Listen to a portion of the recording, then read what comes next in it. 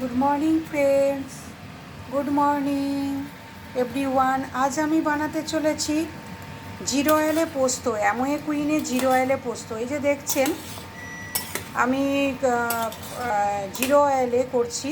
সেটা হচ্ছে প্রথমে কড়াটাকে গরম করে নিয়ে, কুইনটাকে গরম করে নিয়ে আমি কালো জিরে দিয়েছি, হ্যাঁ, আর কাঁচা লঙ্কা দিয়েছি, আর তারপরে কাঁচা আলুটাকে দিয়ে ঢেকে দিয়েছিলাম। দেখুন একদমই নরম হয়ে গেছে। এবার আমি পোস্ত দিয়ে জাস্ট নামিয়ে নেব। আমার তেলটাও সাশ্রয় হলো আর আমার গ্যাসটাও সাশ্রয় হলো, খুব কম আমার গ্যাসও পুড়লো, অথচ আমি সুস্বাদু একটা খাবার পেয়ে গেলাম। এবার গ্যাসটাকে আমি বন্ধ করে দেব।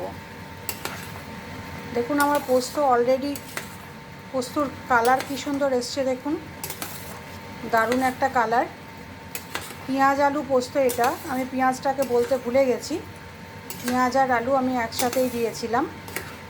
পেঁয়াজটা একদম গলে গেছে, তো আমার রেডি হয়ে গেল পেঁয়াজ আলু পোস্ত। চটজলদি একটা খাবার, সুস্বাদু খাবার। তো আমরা যদি চাই নিউট্রিশনটা বোঝাই রাখতে, এমনকি একটা সুস্বাদু খাবার পেতে, তাহলে আমরা অ্যামোয়ে কুইন ব্যবহার করতে পারি। জিরো অয়েলে সব কিছু রান্না করা যায়, আবার কম তেলেও, মানে অল্প তেলেও রান্না করা যায়। টাটা।